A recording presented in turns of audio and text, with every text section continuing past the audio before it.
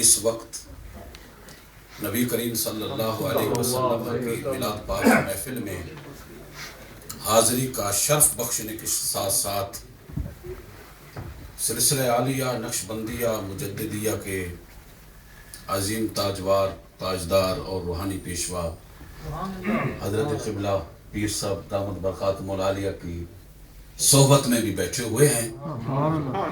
یقیناً یہ محفل اللہ جل جلالہ و امن والے کی بارگاہ میں منظور و مقبول ہے، اس لیے کہ اللہ جل جلالہ و امن والہ کی ذات پاک یہ نہیں دیکھتی یہ آنے والے کون ہیں، وہ ہمارے ظاہر و باطن سے واقف ہے۔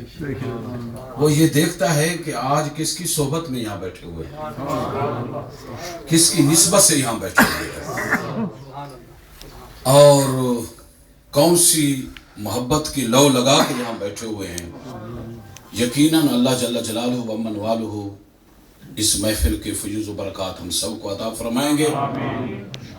اور آج جو ہے ایک خاص بات یہ بھی بتا دوں کہ آج 8 بجے تقریباً ایک ٹی وی کے پروگرام میں نے جانا تھا جہاں سوالات کے جوابات میں نے دینے تھے، اور مجھے اچانک پتہ چلا، میں نے جو ہی ٹی وی کھولا تو میرا نام تھا، تو میرے علم میں بھی نہیں تھا۔ تو میں نے جب پوچھا ٹی وی والوں سے، انہوں نے کہا کہ ہم نے تو آپ کو 1 مہینہ پہلے بتایا تھا۔ میں نے کہا مجھے تو بھول گیا، لیکن میں نے کہا بات یہ ہے کہ میں وعدہ کر کے بیٹھا ہوں اپنے ایک محسن دوست جناب چودھری صاحب کے ساتھ، جیسا بھی ہو میں ان کی محفل میں ضرور جاؤں گا، بعد میں آؤں گا، فوراً تبدیل کرو اشتہار کو، کہو کہ 8 کی بجائے یہ 10 بجے ہوگا۔ ایسا نہیں ہو سکتا، میں ان کے ساتھ ایک وعدہ کر کے بیٹھا ہوں اور خلاف ورزی کروں۔ تو میں نے کہا ٹھیک ہے، میں 9:30 بجے آپ کے پاس پہنچ جاؤں گا، آپ 10 بجے لائیو کرنا، میں محفل میں ضرور جاؤں گا۔ اور نیت یہ کر کے آیا ہوں کہ محفل میں بھی شمولیت ہو جائے گی، ساتھ ساتھ حضرت قبلہ پیر صاحب دامت برکاتہم العالیہ کی صحبت کا بھی شرف نصیب ہو جائے گا۔ اور یہ ذہن میں رکھیں کہ اللہ والے جہاں سے گزر جائیں سینکڑوں سال تک وہاں اللہ والوں کے انوار و تجلیات موجود ہیں۔ حضرت ذوالنور مصری علیہ رحمت کا ایک واقعہ سنا کے پھر میں اپنی بات کو آگے چلاؤں گا کہ ایک مرتبہ آپ واپس آ رہے تھے کسی سفر سے، قادسیہ کے مقام پر پہنچے، دوپہر کا وقت ہے، سخت گرمی کا موسم ہے، آپ فوراً اپنی سواری سے اترے اور زمین کے اوپر لیٹنے لگے۔ جب خادموں نے دیکھا کہ ہمارے شیخ کی یہ جو کیفیت ہے اس کی کیا وجہ ہے، تو کچھ نے سمجھا کہ شاید کہ گرمی لگ رہی ہے، انہیں پانی منگایا، پانی چھڑکنے لگے۔ آپ نے فرمایا میرے اوپر پانی کیوں چھڑک رہے ہو؟ کہنے لگے آپ کو گرمی لگ گئی۔ آپ نے فرمایا کہ میں گرمی کی وجہ سے یہاں نہیں لیٹ رہا، لیٹ اس لیے رہا ہوں، یہاں جب جنگ ہوئی تھی صحابہ کرام رضوان اللہ علیہم اجمعین یہاں جب تشریف لائے تھے، حضرت خالد بن ولید رضی اللہ تعالی عنہ کے گھوڑے کے قدموں سے جو انوار و تجلیات نکلے تھے وہ آج بھی جگمگا رہے ہیں۔ اور لیٹ میں اس لیے رہا ہوں تاکہ وہ انوار و تجلیات مجھے بھی مل جائے، میں تو ان انوار و تجلیات کے حصول کے لیے یہاں لیٹ رہا ہوں۔ یہ تو ہے ایک اللہ والے کے گھوڑے کے قدم جہاں لگے۔ آج میری اور آپ کی خوش نصیبی ہے کہ ایک ایسے اللہ والے ہمارے پاس بیٹھے ہوئے ہیں جن کے رگوں میں بھی اللہ والوں کا ہو۔ یقیناً وہ برکات، وہ فیوزات، وہ فیض آپ کے اندر بھی یقیناً موجود ہے، اور ہم جو صحبت میں بیٹھے ہوئے ہیں یقیناً ہمیں بھی نصیب ہوگا۔ دعا کریں اللہ جل جلالہ و امن والہ ادب کی توفیق عطا فرما دے۔ حضرت کے حکم سے چونکہ میں نے پھر 9 بجے جانا بھی ہے، ویسے تو یہ محفل کے ادب کے خلاف ہے کہ چلا جانا، لیکن وہاں بھی ایک لاکھوں کروڑوں لوگ جو ہیں وہ دین اسلام کے کچھ مسائل سمجھتے ہیں، اپنے مذہب کی وہاں ترجمانی ہوتی ہے، تو اس لحاظ سے میرے خیال میں میرا وہاں جانا بھی آپ کی دعاؤں کے ساتھ باعث برکت ہوگا، اور اس سے آپ حضرات بھی محسوس نہیں کریں گے۔ اللہ جل جلالہ و امن والہ ہمیں دین اسلام سے اور نبی کریم صلی اللہ علیہ وسلم کی ذات پاک سے ہمیشہ محبت کے ساتھ وابستہ رہنے کی توفیق عطا فرمائے۔ بات یہ ہے کہ دین اسلام کا یہ حکم ہے کہ تمہاری جان کا مقابلہ جب احکامات کے ساتھ ہو جائے تو احکامات کو چھوڑ لو، اپنی جان کو بچا لو۔ یہ اللہ والوں نے جو ہمیں سبق دیا، یہ میلاد النبی کی محفل کے منانے کا ایک بنیادی سبق ہے۔ یہ روح ہے کہ جو ابھی آپ کو بتا رہا ہوں کہ جان کا مقابلہ جب احکامات کے ساتھ ہو جائے، حکم ہے شریعت محمدی علیہ صاحب الصلاۃ والسلام کا کہ احکامات کو چھوڑ لو اور جان کو بچا لو، کیونکہ جان ہوگی تو احکامات پر عمل ہوگا۔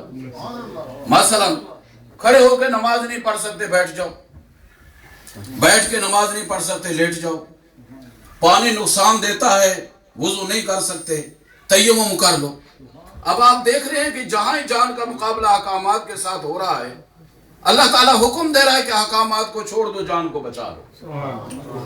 لیکن یہ حکم ہے رب العالمین جل جلالہ عمن والہ کا، اور اسی پر اولیاء اللہ نے عمل کر کے دکھایا کہ جب جان کا مقابلہ نبی کریم صلی اللہ علیہ وسلم کے ساتھ کے عشق کے ساتھ ہو جائے، اس وقت جان کو قربان کر دو۔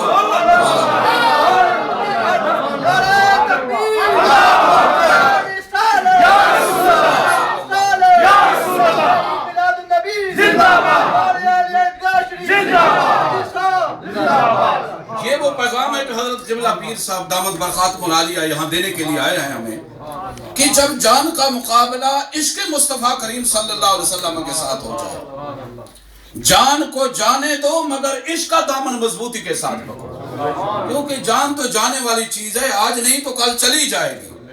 لیکن اگر نبی کریم صلی اللہ علیہ وسلم کا عشق نصیب ہو گیا، یہ وہ نعمت ہے جو تمہیں دنیا میں بھی عزت دلائے گی، قبر میں بھی عزت دلائے گی، اور میدان معاشر میں بھی عزت دلائے گی۔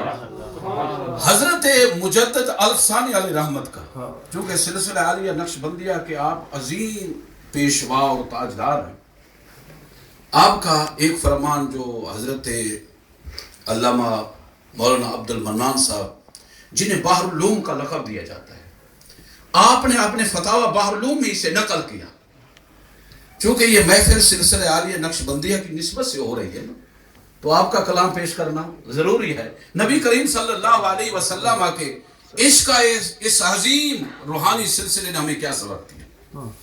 حضرت مجدد صاحب رحمۃ اللہ تعالی علیہ ارشاد فرماتے ہیں کہ کائنات کے 5 مراتب ہیں: جمادات، نباتات، حیوانات، انسان اور ملائکہ۔ آپ فرماتے ہیں ان کو دیکھیں کہ ایک جو ہے وہ دوسرے پر قربان ہوتا ہے۔ جمادات جو ہیں یہ نباتات پر قربان ہوتے ہیں، مثلا زمین کو الٹ پلٹ کر دیا جاتا ہے کھیت باڑی کے لیے۔ نباتات جو ہیں یہ حیوانات پر قربان ہوتے ہیں، گھاس وغیرہ کون کھاتے ہیں؟ جانور ہی کھاتے ہیں۔ حیوانات انسان پر قربان ہوتے ہیں، گائے بھینس ہمیں دودھ دیتی ہیں، دوسرے جانور بھی ہماری خدمت کرتے ہیں، یہ گائے بھینس آخر میں اپنا گوشت بھی ہمیں دے کر جاتی ہے۔ حضرت مجدد سے رحمۃ اللہ تعالی علیہ نے کیسا پیارا سبق دیا عشق مصطفیٰ کریم صلی اللہ علیہ وسلم کا۔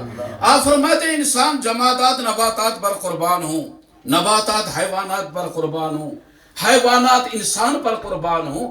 اے انسان، آخر تو بھی کسی پر قربان ہونے کے لیے پیدا ہوا ہے۔ انسان کس پر قربان ہونے کے لیے پیدا ہوا ہے؟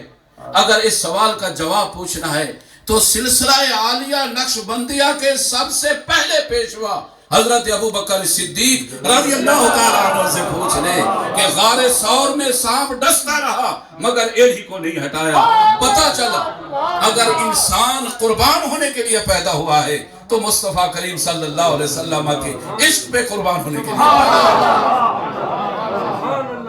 اب مجھے ایک حدیث یاد آ گئی نبی کریم صلی اللہ علیہ وسلم کے عشق اور محبت کے حوالے سے۔